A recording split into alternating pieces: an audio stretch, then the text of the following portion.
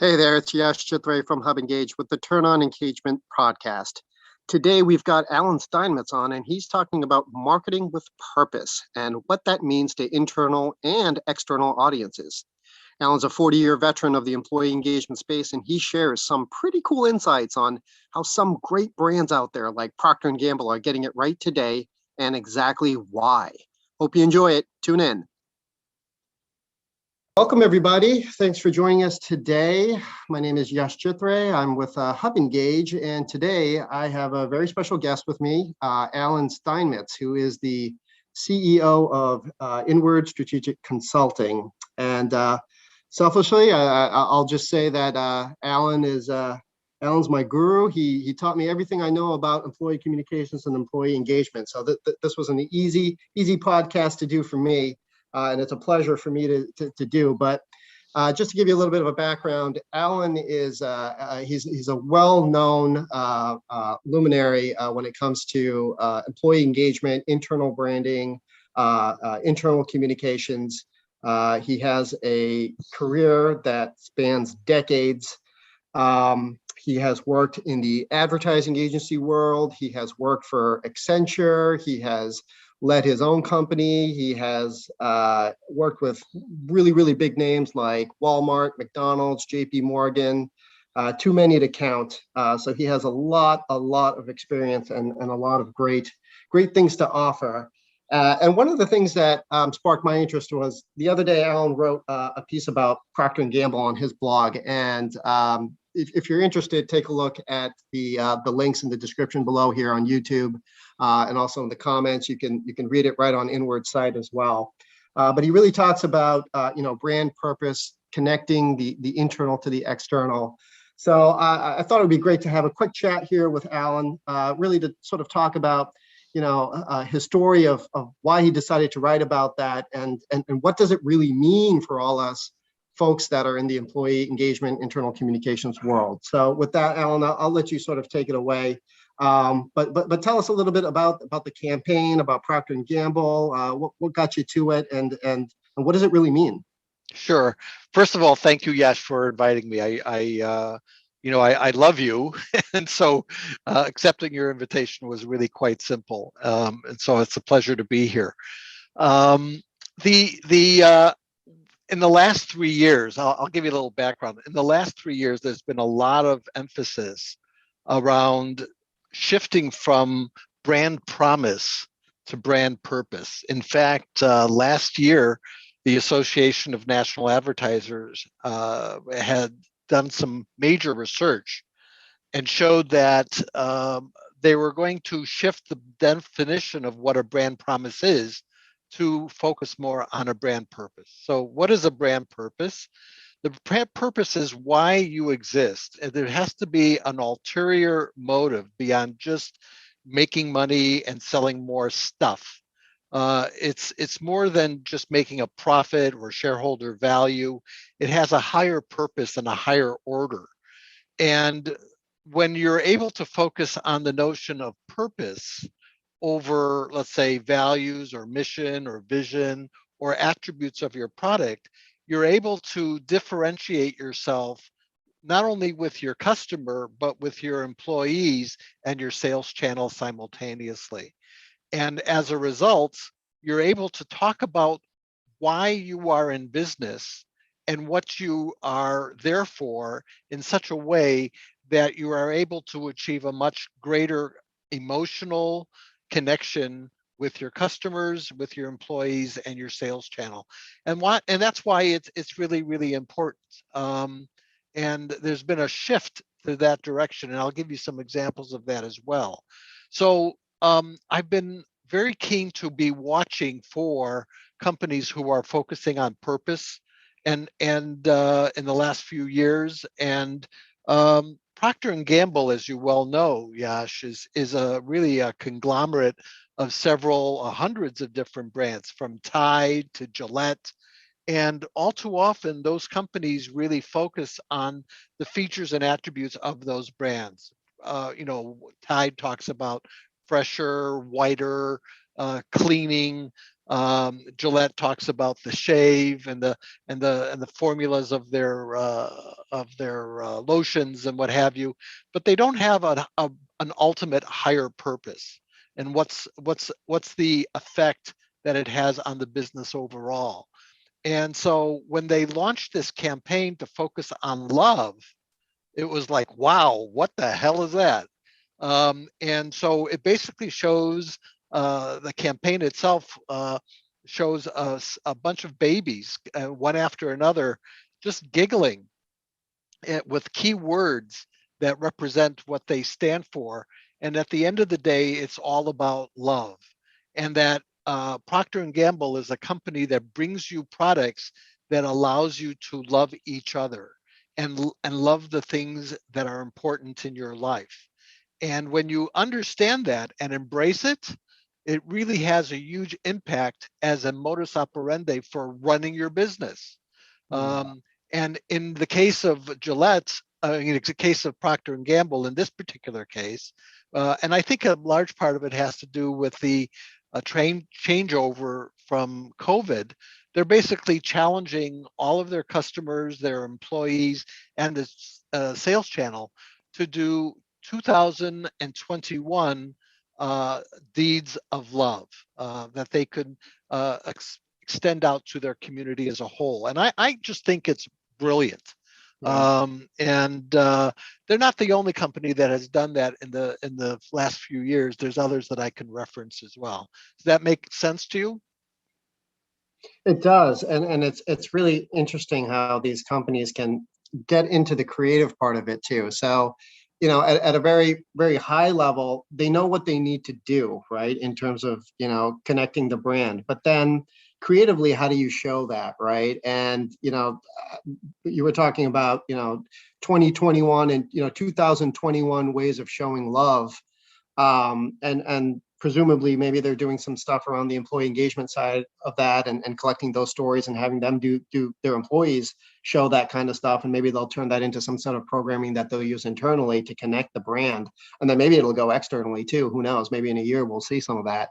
Absolutely. I think that will be really, really cool. So I think companies that can obviously take something as top of mind like COVID, and things, it affects everybody globally, but then really kind of show how their company plays a role in that, and then what do their employees do to not only promote the brands and the products and services that the company sells itself, but actually show the world that they care and that they're listening as well. I think that's a big part of it too. So Yeah, I love all that. yeah, and that there's a proactive change and a transformation that the company is doing something different. That's a critical component of this. It's Yeah. not just doing it for the sake of doing it, but it's doing it because it's a new way of conducting business that shows that you have a higher heightened reason for doing having a purpose that helps society as a whole, whether it be social justice or equity or whatever. I think the Me Too movement and social justice with the Asian community and all those things play a role, but we're talking at a higher level of purpose. Yeah. One of the things that have come up actually is there seems to be some confusion between cause-related marketing and Mm, purpose-driven marketing also, and there is a distinction. We're not talking about making charitable or doing good in your community as a in exclusively, but it's really that sometimes has an impact or a consequence of it, but it's really trying to find out what a greater purpose. Another example that I just absolutely love is Dove. The soap company. They're mhm. doing a wonderful campaign that talks about human beauty, inner beauty, and their goal as a company is to bring out the inner beauty of their customers and their employees and and their sales organization. And inner beauty doesn't just mean a complexion. It's feeling proud about yourself and feeling satisfied about yourself, feeling a sense of strong values of feminism and an accomplishment. And that really is a much higher purpose than simply cause related, or for every time you buy a bar of soap, we're going to Made give 10 something. cents Yeah. to some a food bank in southern in some hurricane ridden or neighborhood or something like that. That's totally different. Right, right. So where do these, imagine, we're at Procter and Gamble. Where do these types of initiatives start? I mean, I know, like, is it top down? Does it come from creative folks? Does it come from the marketing folks? Does it come from HR? Where is that spark? I know they've got agencies and things like that, and I'm sure that they have a whole bunch of focus groups and things like that that they can distill ideas from. But the real impetus from it and what drives it and actually brings it out, because I feel like the companies that do it, and they do it really well, in this case Procter and Gamble did a great job of doing it, and the end product shows that it had to have started somewhere and been driven by something. What was the force? Great question, Yash. It started in a variety of. I think it. Well, first of all, they're there's no one better at tracking and monitoring consumer insights than Procter and Gamble. I mean, they have an Yeah, army of sure. market researchers and consumer insights people that are constantly tracking buyer values. And in the last, I'd say about last 10 years or so, with the growth and the size of the millennial marketplace, who are generally motivated not by the buck or the role or the inspiration, but really by their emotional connection with their value of their purpose as an individual. I think they're tracking that, Mm, and as they analyze what that meant, I bet they were looking at trends that made them start thinking about what are the common denominator, the basic definitions of information that we can aggregate some values or some purpose that has a higher sales or market motivator for the customers. In the case of Procter and Gamble, they have a brilliant. They had a who is still brilliant, but their former CMO is a fellow by the name of Jim Stengel, Stengel, and he is in and of itself a luminary. He's now retired and he's an independent consultant, and he wrote a seminal piece and articles, and was also very strongly associated with the Association of National Advertisers. And he wrote a piece called The Running a Business on Purpose. And he's been a long proponent of what purpose is. And I have to believe that, and there's some great YouTube videos of him presenting what purpose is and why it makes a difference. I really strongly recommend that you take a look at that and do mm, and we could also post the URL on our respective sites for people to yeah, do that. yeah. And that is a place. I think that Jim was somebody who's been promoting it strongly in the industry. And then the other one that has been promoting it very strongly is Synicus. Simon Sinek, who wrote a book, The Power of Why, and he proposed the concept of the golden circus. It's not so much what you sell or how you sell it; it's why you sell what you have, and a lot of attention has been given to that topic, and companies, are listening, fortunately, from Stengel and Senecus and the ANA. And so much so that the ANA has put together a task force and an institute of purpose. Another person, a luminary who's putting a lot of time and attention to this, is Carol Cohn, who is the CEO of Cohn Purpose, who also is doing a lot of work, and her background is cause related. She was the CEO of Cohn Marketing here in Boston for many, many years. So, and then myself, I've been putting a lot of time and attention on purpose as well. So, Yeah. uh, um, it's really important, and it's for me at least. It is a culmination of a full circle where as you well know, Yash, I'm a strong believer of message architecture and message laddering, Yeah. going from attributes, benefits to value. Yep. Instead of talking about your products about good good size or fit or purpose, you're now talking about your company at a higher level of value and emotional connections. And if you tie those back to the hierarchy of effects and Maslow's power of needs. That's why people distinguish one thing apart from another and are motivated and inspired to buy the products that they want. And there are means and methods, and you can go to our website at inwardconsulting.com, and we can show you ways to do message architecture in such a way that when you communicate at a highest level possible, and purpose is that highest level of possible, you can distinguish your company apart from others, and so that you can't be so that it takes you away from simply being a commodity product in a Yeah. commodity world. Yeah, yeah, I couldn't agree more with you on that one. I think marketing with purpose is really important. And I think that is something that every marketer needs to get back to doing. There's a lot of noise out there in the marketing world, and a lot of stuff that's put out there. And there's no rhyme or reason to the why. And I feel like those are the things that don't catch our attentions. They don't strike a chord with our emotions. They don't make us think or wonder why.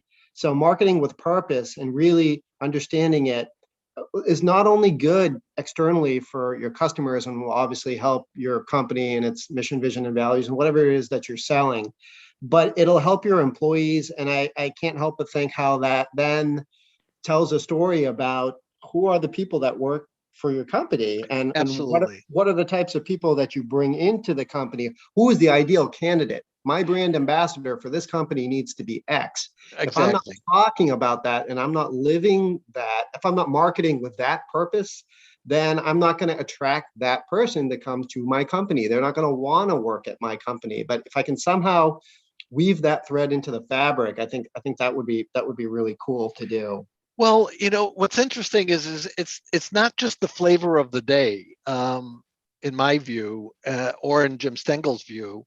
It is a new way of running your business. Mhm. And if you think of your purpose as part of your overall business strategy, imagine that part of your business strategy. You will have to include that component in everything that you do, whether it's manufacturing, product design, recruitment, leadership development, succession planning, and all of your typical business operations, so that it changes the dynamics of the business as a whole, and that's really represents what is now happening as best practice. I mean, there are companies who are evolving at this to do this. I mean, in the article, you may recall, I reference Subaru. Subaru in Yeah. 2018, or actually may have been 13, adopted love as Love. their Yeah.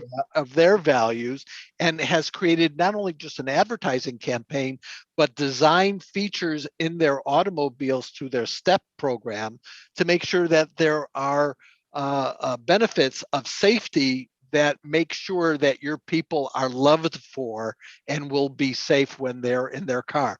And they talk about the longevity of that love campaign, of how their cars are more lasting, if you can. So Mhm. you can love your car, you can love your family, you can love your life, because of the longevity that they engineered and the love that they engineered in the automobile. I see that happening right now to some degree with General Motors, with EV. Mhm. There's a electric car in everyone's future, and it isn't just to be able to be stand up in our society. Is that there is a cause and a higher value, that they're doing it not just to improve shareholder value, but focusing really on better products, better experiences, and better customers, and better employees in the long run.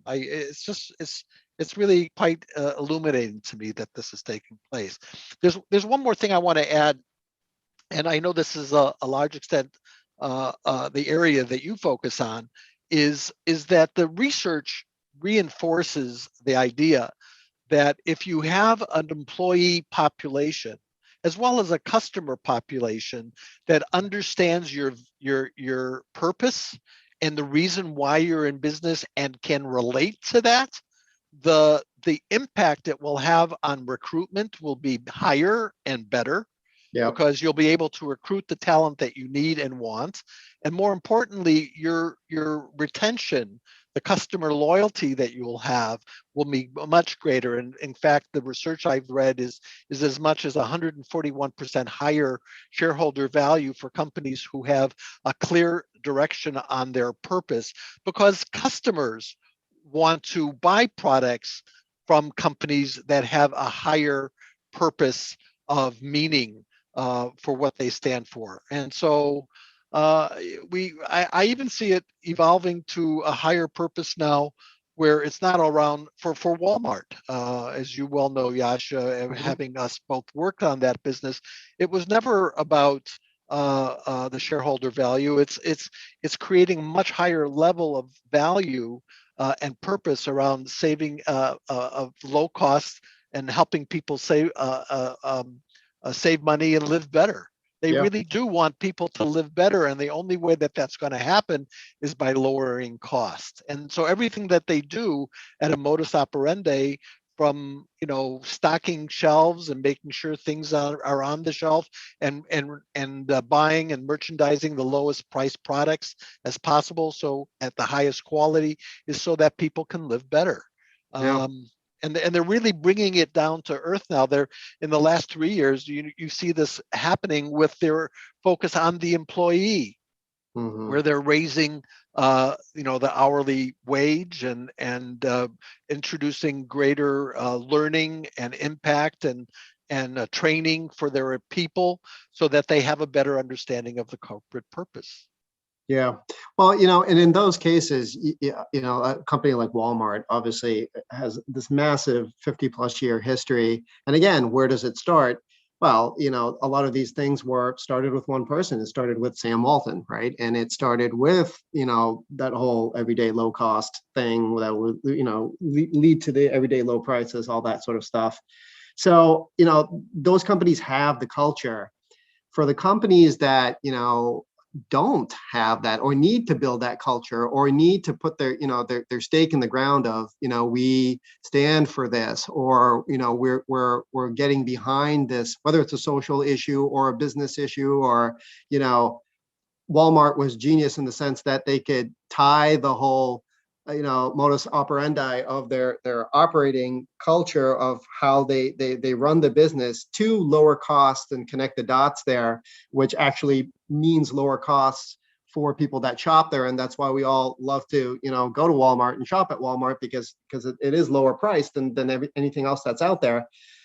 How do other companies do that? So I think they have to maybe start with figuring out, all right, what is their value, right? What is their intrinsic value that they provide in the product or the service or whatever it is that they do? Then somehow distill it, or connect that to, the greater purpose, right? Branding that greater purpose out there, then translating that again out of the weeds into the creative, where it's like, oh, okay, this makes sense. It's beautiful. I love looking at it. It's that Subaru ad that talks about love and all those types of things. The puppies get me every single time. The puppies and all, Right. yeah, it's all that stuff. But you know what? It sounds silly, and when we look at things like that, we just kind of like, oh, okay, that's cute, and it strikes a chord. But for the stakeholder that actually has to build it and go through that journey, and do everything from getting the money and the budget to doing it, to convincing leadership of why they have to do it, and then go through the process, right? And trusting the process and going through it, and then distilling the creative out of that, and then turning that into something. That's a pretty long journey. Yeah, it is. And that's Difficult. where, yeah, it is. And that's where having creative insights Yeah. and a strong innovative mind is Mhm. able to make that leap. And it is a leap. And there really are, though. I mean, there is a lot of science, a lot of academics and research that is done in this field. There are basically 5 ideals for human values, and if you focus on those 5 and try to demonstrate that through storytelling, you really can make the creative leap, which is what Procter and Gamble did so Exactly. beautifully, Yeah. and what Subaru does with the puppies, and Right. what Dove does with showing profiles of human beauty, Yeah. and so on. But so the 5 ideals are the first one is really what we call eliciting. You want to elicit joy, just like Coca-Cola does. They exist to inspire moments of happiness. So how do you elicit the joy of that user experience? The second one is enabling. How do you enable a connection? So for instance, in the case of FedEx, exists to bring peace of mind to everyday connections, or maybe Starbucks is a place where people connect with friends. So how are you the enabler that brings people together, is an important value. The third one is inspiring, and that's where companies do this really well, where you inspire an exploration. You have people, you inspire people to do things differently and in new ways. It's existing to empower, like Airbnb exists to empower creative exploration and open up new experiences. Southwest Airline inspires people to have freedom and getting and expressing their freedom to travel, Yeah. at least before COVID, at least. And then the fourth one is called evoking. How do you evoke pride? We used to call it at Lincoln. It's a shield of pride, of status. Evoking pride, like Mercedes-Benz exists to epitomize a lifetime achievement. So Hmm. how do you evoke? And then the last one is really impacting, having an impact on society. And the example of that is what Dove is doing to celebrate every woman's unique beauty and bringing out the inner beauty. So when you build on what are the values that you want to build on, and connect the dots to your purpose, and then make the creative leap to bring it to life through storytelling. Bada bing, bada boom, you got Yeah. it. It really makes a huge difference.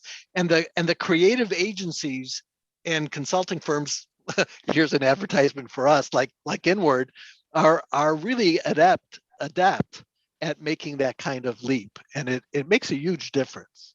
That's absolutely 100% true. So there you go, folks. I mean, you got it right there. I think those 5 tips and those 5 steps of how to do it are going to be very helpful, particularly for the companies that aren't the big brands. Obviously, they don't have the Procter and Gamble budgets. They don't have the Subaru budgets, but it doesn't take that budget to do it. I think anybody can do this, but you just have to start with that basic premise of branding with purpose and understand what that means. So that's great.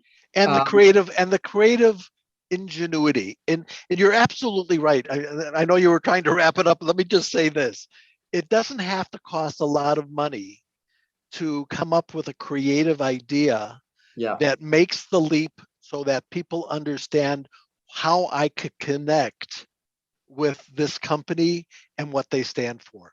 It doesn't have to be a big production skyscraper, airplanes in the air kind of budget. It does not.